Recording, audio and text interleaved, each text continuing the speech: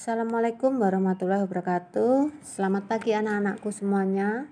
Berjumpa lagi dengan saya, Bu Tina, di pelajaran prakarya untuk kelas 8. Baiklah anak-anak, sebelum kita mulai pelajaran kita kali ini, kita awali dengan berdoa. Berdoa menurut agama dan kepercayaan masing-masing. Berdoa mulai. Selesai. Baiklah anak-anak, kita lanjutkan bab 1 yang kemarin, yaitu tentang kerajinan bahan lunak. Tentunya kalian sudah membaca ya. Sekarang kita lanjutkan ke halaman 8, yaitu ada prinsip kerajinan bahan lunak. Di situ kalian baca sendiri ya. Halaman 8 itu ada prinsip dan kerajinannya. Kemudian ada beberapa pengertian, itu kalian baca sendiri, halaman 8, 9 dan halaman 10. Itu kalian baca. Kemudian di sini ada tugas buat kalian, yaitu di halaman 11 itu ada tugas ya. Itu identifikasi manfaat kerajinan bahan lunak. Kalian identifikasi, kalian cari. Yang pertama, carilah produk kerajinan bahan lunak, kemudian tempelkan gambarnya atau gambarkan bentuknya. Jadi kalian bisa menggambar bentuknya seperti apa ya. Kalian gambar, atau setelah itu ya kalian gunting, kalian tempelkan. Yang kedua, tuliskan bahan dasar kerajinan bahan lunak. Itu yang kalian tempelkan tadi ya. Kalian kan misalkan mencari sumber di majalah, boleh seperti itu, kalian gunting, kalian tempel di buku prakarya kalian. Atau misalkan kalau kamu tidak menemukan gambar, bisa kalian gambar sendiri. Yang kemudian kedua, tulislah bahan dasar kerajinan bahan lunak. Dari yang tugas pertama tadi, nomor 1 tadi, kalian tulis bahan dasarnya apa.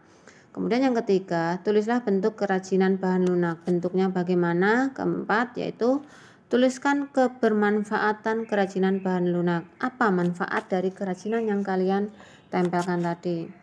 Dan yang kelima, ungkapkan perasaan yang kamu rasakan. Nah, setelah kalian melakukan beberapa kegiatan tadi, kalian ungkapkan perasaan kalian itu bagaimana.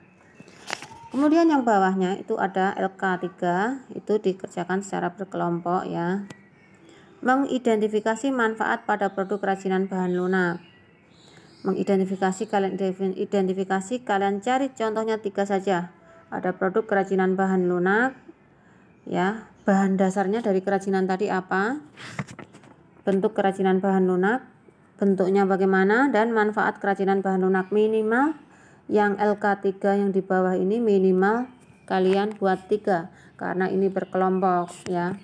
Kemudian yang jelas terakhir, ungkapkan perasaanmu. Perasaan kalian bagaimana ini ya. Berkelompok, tidak harus kamu pergi ke rumah temanmu ya. Di era digital seperti ini kalian bisa mengerjakannya by grup WhatsApp ya.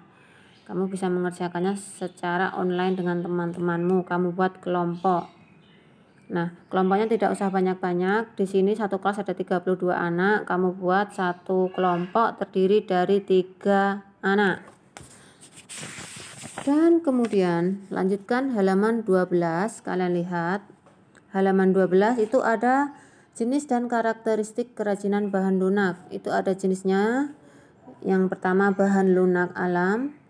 Yang kedua bahan lunak buatan.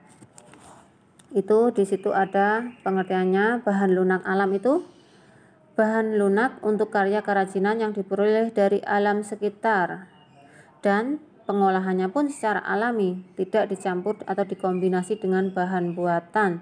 Contohnya adalah tanah liat ya, itu bahan alam, kulit, getah, bubur tisu, dan masih banyak lagi. Kalau bahan lunak buatan, itu bahan lunak buatan adalah bahan untuk kerajinan yang diolah dan dicampur dengan zat kimia, yang sudah dicampur dengan zat kimia. Contohnya itu ada sabun, parafin, polimer clay, gips, fiberglass, lilin, dan masih banyak lagi.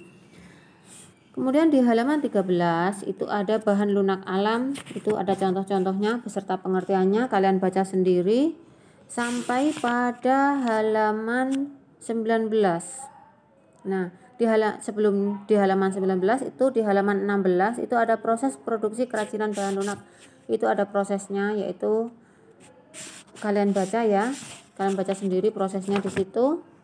ada kegunaan ya, itu ada syarat-syarat.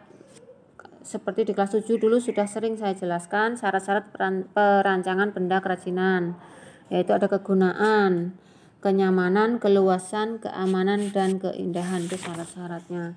Kemudian di halaman 19 itu ada tugas 4, yaitu amatilah berbagai jenis tanah yang ada di sekitar tempat tinggalmu. Apakah semua tanah dapat dibuat keramik? Apakah semua tanah bisa dibuat keramik? Ingat. Dan kemudian mengapa? Bisa dibuat apa tidak? Maksudnya begitu. Kemudian jenis tanah apa yang dapat digunakan sebagai kerajinan keramik? Kemukakan pendapat kamu baik secara lisan ataupun tulisan. Oke anak-anak, saya rasa cukup penjelasan saya kali ini. Kalian bisa membacanya kembali di buku paket kalian.